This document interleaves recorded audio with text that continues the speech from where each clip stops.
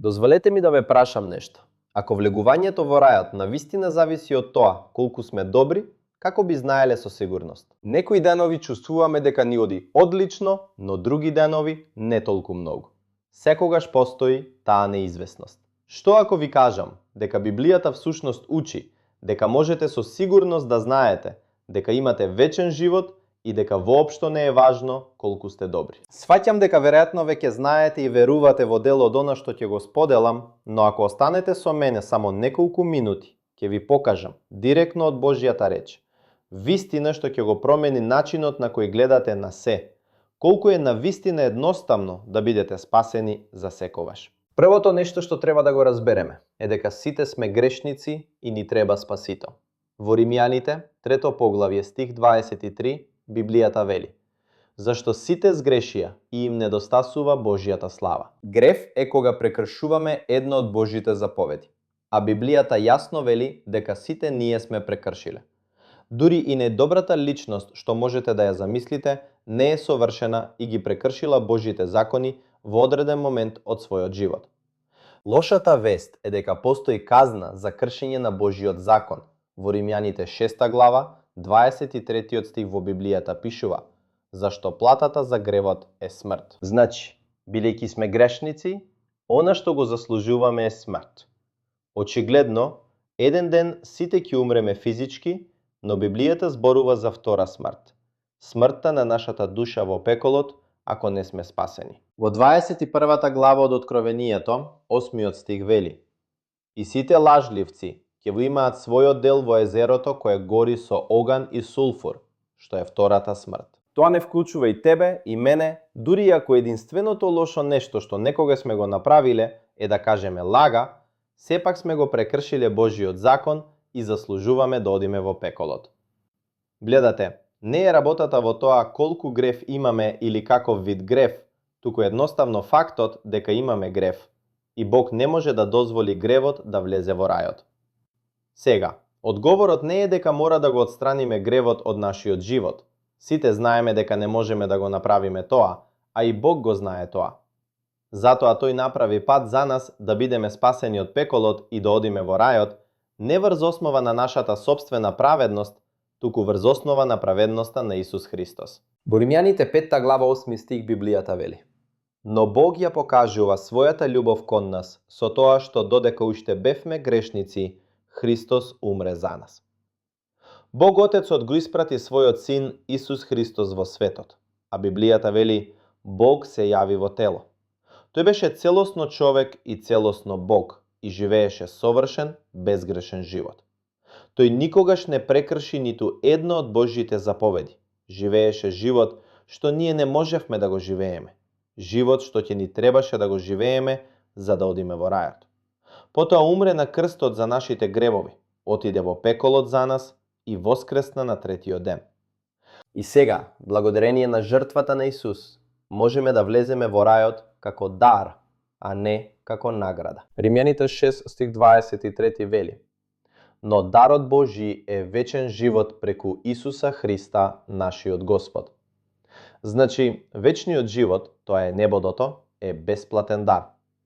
Во Ефесјаните 2 глава стихови 8 и 9 Библијата вели: зашто по благодат сте спасени преку верата, и тоа не е од вас самите, тоа е дар Божји, не од дела, за да не се фали некој. Верував дека рајот е награда за добрите работи што се обидував да ги правам, за мојата служба на Бога и мојот напор да живеам правилно. Вистината е дека се потпирав на себе за спасение, надевајќи се дека моите добри дела ќе ми обезбедат место на рајот. Тоа беше проблемот. Исус не беше мој спасител, затоа што се обидував да бидам свој. Добрата вест е дека се што треба да направиме е да го примиме спасението како дар. Дарот за кој Исус веќе платил. Значи, еве што е јасно. Ние сме грешници на патот кон пеколот, но Исус умре за нашите гревови, беше погребан и воскресна. Сега тој нуди спасение како бесплатен дар, и тоа не е нешто што го заработуваме. Тоа е нешто што тој го заработил и ни го нуди.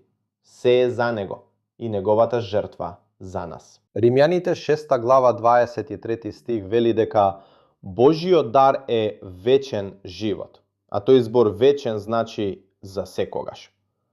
Дозволете ми да ве прашам ова. Колку пати ви е потребно да примите дар што трае за секогаш? Само еднаш. Спасението е еднократен настан кога му веруваме дека ќе не спаси и тој ни дава вечен живот. Спасението е вечно затоа што Исус веќе плати за сите наши гревови, дури и за гревовите што ќе ги направиме во иднина, тие веќе се платени. Може би се прашувате, ако се спасиме еднаш, дали тоа значи дека можеме да живееме како што сакаме и да одиме во рајот? Тоа е добро прашање и одговорот е да, затоа што кога ќе се спасиме, стануваме Божјо дете. Значи со тоа знаење, знаејќи дека сум спасен за секогаш и дека сум Божјо дете, ако ги прекршам неговите заповеди и изгрешам, тој ќе ме исправи овде на земјата, но никогаш нема да ја испрати мојата душа во пеколот, затоа што тој е мој спасител и мој татко. Спасението е лесно, тоа е бесплатен дар за кој Исус платил, меѓутоа нашето одење со Бога по спасението, како и секоја врска, бара работа, но тие се одвоени. Можете да бидете спасени и да имате лош однос со Бога, но сепак сте негово дете. Ова е важно затоа што ако верувам дека можам да го изгубам спасението од која било причина, тогаш всушност верувам дека моето спасение зависи од мене, а не од Исус и неговото завршено дело, што значи дека си верувам себе си, а не на Исус. Кога верувам дека спасението е вечно, тоа покажува дека мојата вера е 100% во жртвата на Исус и дека тоа е доволно за да ме спаси.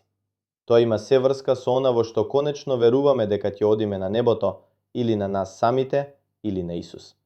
Затоа во Дела 16, стихови 30 и 31, Библијата вели: и ги изведе надвор и рече: Господа, што треба да направам за да се спасам?